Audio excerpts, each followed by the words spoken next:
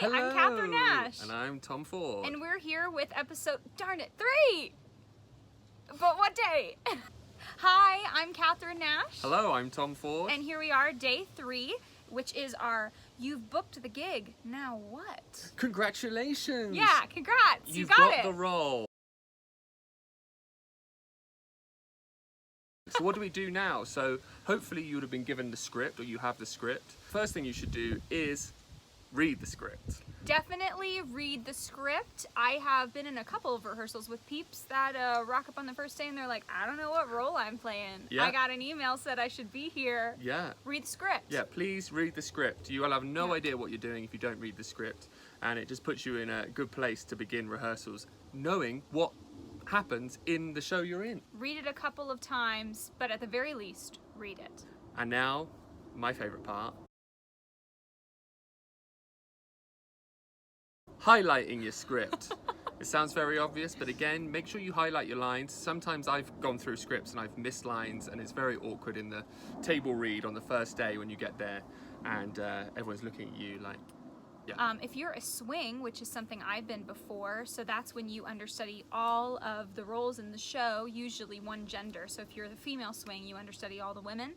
Something that I do like to do is I get a couple of different colored highlighters, and for each character they have a particular color. You have all of the backstage traffic in that color, or the onstage blocking in that color. So I'll have a different show, and usually if it's my primary role, I'll go for the classic neon. Yes. You've done some pink. I always love pink. He loves the pink. So, but I love a classic neon. That's for my primary role. If I understudy something else, I usually go for the pink. Yeah, color code, color coordinate. But it's good to highlight every word that you say in the script.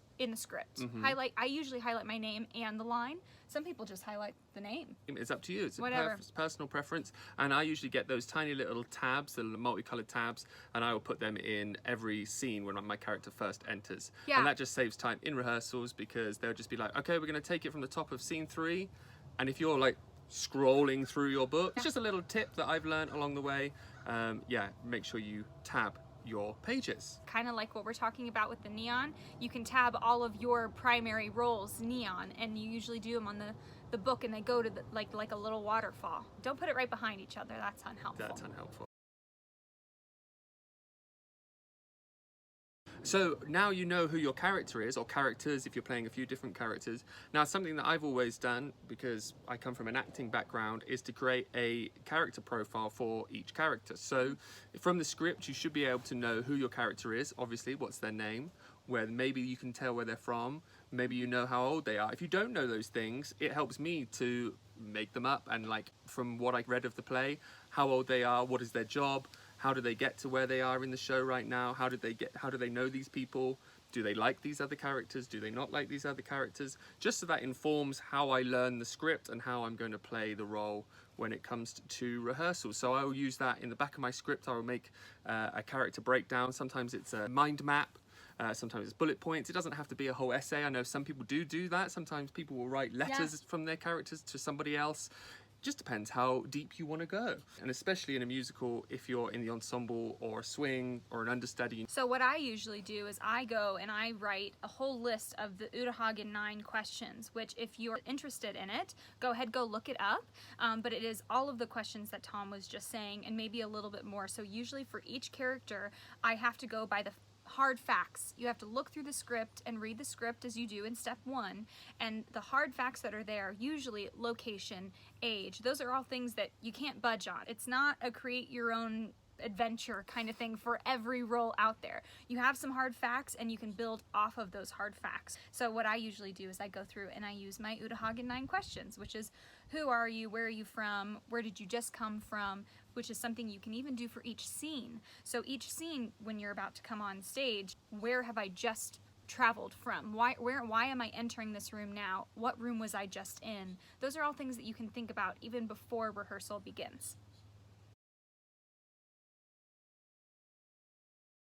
So something else that we've done, both of us, is unit a text. So with that, you could go up with your pencil, obviously always have a pencil handy, and break up your lines. If you have a monologue, it's very easy. If you have other lines, just break them up.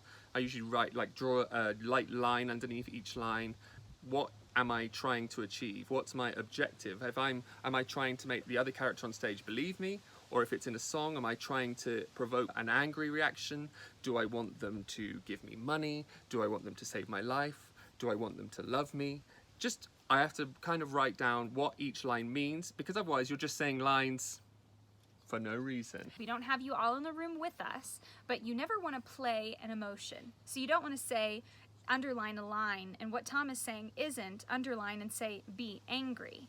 It's all about your scene partner. Yeah, what do you want them to do? What you do and how you act is built off of what you want to achieve from that line and the other person. What's the end result from the other person?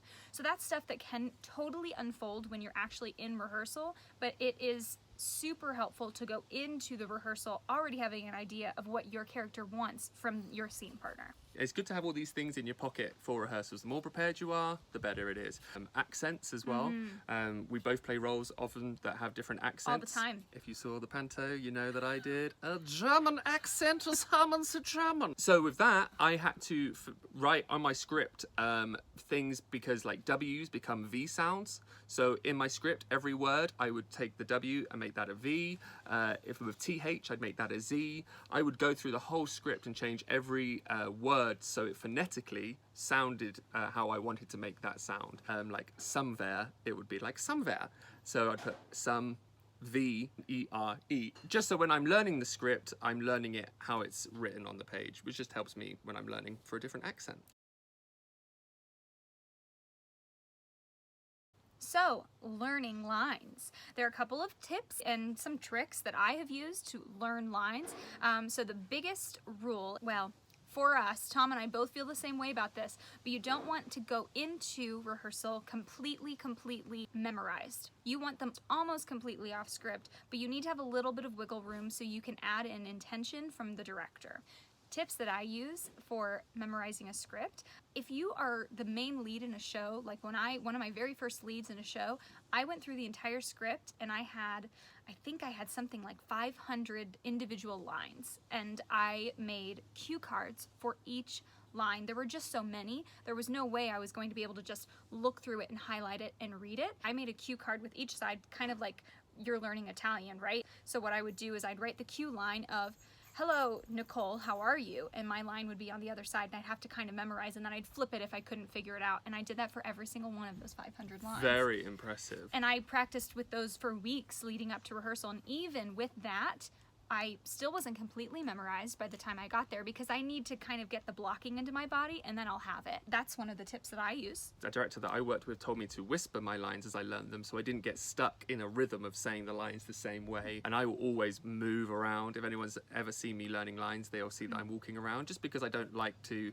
learn my lines sat down for too long. You're going to be moving around the stage, so you're just multitasking. But I'm never fully off book when I start rehearsals, because I'm going to have my script in my hand to write notes and stage directions as the director gives them anyway. This isn't an excuse to not know your lines when you first get into rehearsal. Almost completely memorized. You want to be like 98%. 98%. Ooh, 98%. What a guess. Wow, because 99, too much. Got to have that wiggle room. The inflection needs to be able to change.